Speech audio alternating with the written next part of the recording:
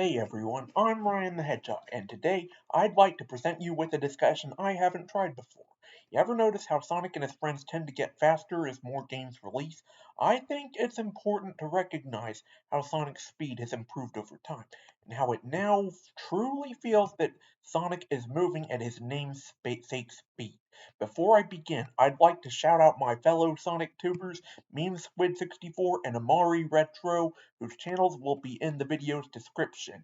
If you end up liking this video at the end, be sure to press like, subscribe, and enable notifications to get more content. You can also join my Discord server or donate a tip to my PayPal to show your support for my content. Without all of the way, let's get started. Let's begin at the beginning, obviously. Sonic the Hedgehog for the Sega Genesis in 1991. In this game, we meet Sonic and Dr. Eggman for the first time. This game is a great introduction to Sonic's abilities, which, while very basic in this game, show us Sonic's speed by rolling down slopes, running across straight surfaces, and even a power-up that makes him run about 50% faster. This game's good to get a feel for Sonic, but it's obviously not the best demonstration of Sonic's speed. While Green Hill Zone, Spring Yard Zone, and Starlight Zone allow more freedom of movement for the Blue Blur through loops and such, Marble, Labyrinth, and Scrap Brain not so much. The former three zones have plenty of loops and slopes for Sonic to jump, run, roll, and launch into the air. The latter three have too many obstacles to really demonstrate Sonic's max speed. Fortunately, the relative lack of free movement is something that would be fixed soon after. In 1992, barely a year and a half after the release of Sonic 1, Sonic the Hedgehog 2 also released on the Genesis, showing Sonic's best buddy Tails, showing more variety of zones, enemies, and bosses, and more importantly, almost every act in the game lets Sonic reach his true speed, with Tails trailing not far behind. This game was also the first to introduce two gimmicks that would be hallmarks of the series. Sonic can gain almost instant speed by crouching and jumping at the same time, charging his spin dash, which once released sends our blue blur rolling forward at a fast pace, and after collecting all 7 Chaos Emeralds, one more than Sonic 1 had, and collecting 50 rings in that, Sonic transforms into Super Sonic, a nearly indestructible form of our blue friend, now bright yellow, that can go even faster. Super Sonic in Sonic 2 is one of the series' best ways to demonstrate Sonic's speed in a 2D environment. With the combination of the open running and rolling environment and Sonic's much faster super form, Sonic is clearly at one of his highest speeds in the entire game series.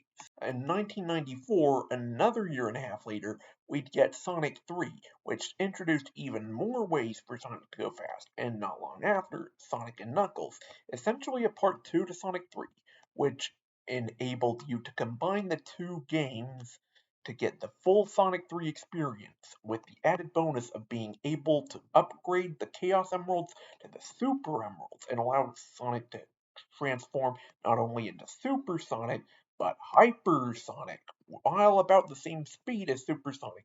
It introduces a special way for Sonic to gain more speed. That's a double jump ability that can send Sonic in 8 directions, while also killing all enemies in his view. If he jumps to the left or the right, he instantly gains his top speed as Hypersonic. Once the game's completed, you can go back and get any Chaos and Super Emeralds you missed. Once you have all of them, you can go all the way back to the beginning and experience Hypersonic's OP abilities in any stage you want. There had passed some time since 1994 until Sonic got another game true to his speedy platforming nature. As Sonic 3D Blast failed to deliver in this aspect, in 1998, the Dreamcast would introduce a new dimension to the classic Sonic gameplay in Sonic Adventure, letting Sonic use his homing attack and jump dash to move forward fast, and giving him even more freedom of movement to basically let Sonic speedrun any of his levels with his newly enhanced spin dash that can now be used consecutively to keep him going fast.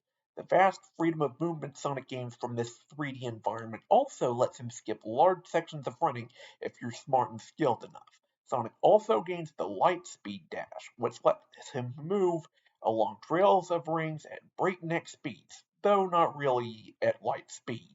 Super Sonic returns again after you complete all missions as all 6 characters, but there's not really anything noteworthy about his speed there, so let's move on.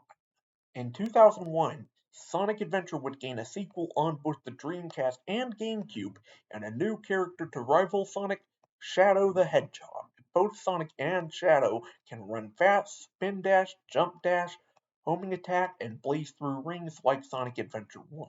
They also benefit from being able to trigger the Lightspeed Dash instantly instead of having to charge it. Both characters can still spin dash over large gaps, and in some instances access certain power-ups earlier than normal. The spin dash is a little nerfed as you have to hold it longer to charge it, which also prevents you from using it in fast succession like before. The game still keeps its predecessor's freedom of movement and also lets you find shortcuts by falling in certain stages, such as Final Rush and Final Chase. Just make sure you land. Skipping ahead 7 years to 2008, Sonic Unleashed would add a new ability to Sonic's 3D gameplay, which had already been seen in the 2D games Sonic Rush in 2005 and Rush Adventure in 2007. In the day stages, Sonic would be able to boost forward at even faster speeds by trashing enemies and grabbing rings, while also rewarding Sonic by letting him trash even more enemies and grab even more rings while boosting. This was definitely an improvement to Sonic's already high speeds and diverse moveset, but it suffered a little from Sonic Unleashed's day stages being more linear than most Sonic titles. Fortunately, 3 years later, an improvement would be seen. In Sonic Generations, the Blur's 20th anniversary celebration, both Sonic's classic 2D gameplay style and the modern 3D boost style would be improved greatly.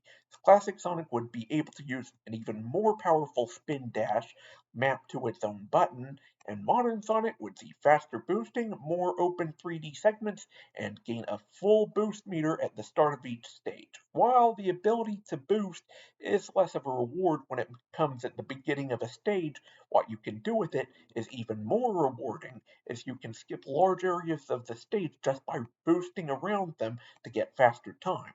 Both Sonics can also upgrade their abilities to move even faster and lose less speed when running uphill, being underwater, or just having taken damage.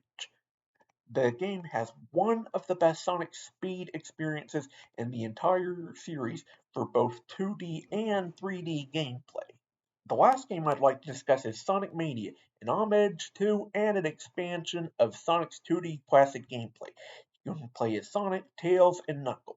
Sonic is still the fastest character overall, being able to use the new drop dash, as well as the Super Peel Out, which is a move from Sonic CD back in 1993. I glossed over that game, but to sum it up, the spin dash is worse, but the peel out lets you get max speed within seconds, and there are even bigger stages with even more room to move around faster than in Sonic 1 and Sonic 2. After completing one Blue Sphere stage in Sonic Mania, you unlock the iconic ability to replace the drop dash, or you can keep using the drop dash, which is an entirely new move to the Sonic series. It lets you keep your momentum after jumping by landing Sonic into a slightly weaker spin dash. After unlocking Super Sonic, you can go even faster, and this game is not short of zones that let Sonic go at his max speeds. There are 8 iconic classic stages with a new twist, and 4 all-new zones with creative gimmicks. Sonic will never stand and wait. So as you can see, the more games Sonic has gone through, the faster he's gotten overall, with new abilities constantly enhancing his moveset and his speed. Thank you for watching my new video. Please be sure to check out my friends in the description below, and subscribe to them if you enjoy their content. Let me know your thoughts on Sonic Speed, which games you think do it best, and what moves and abilities you'd like to see more of. And as always, stay safe and stay cool.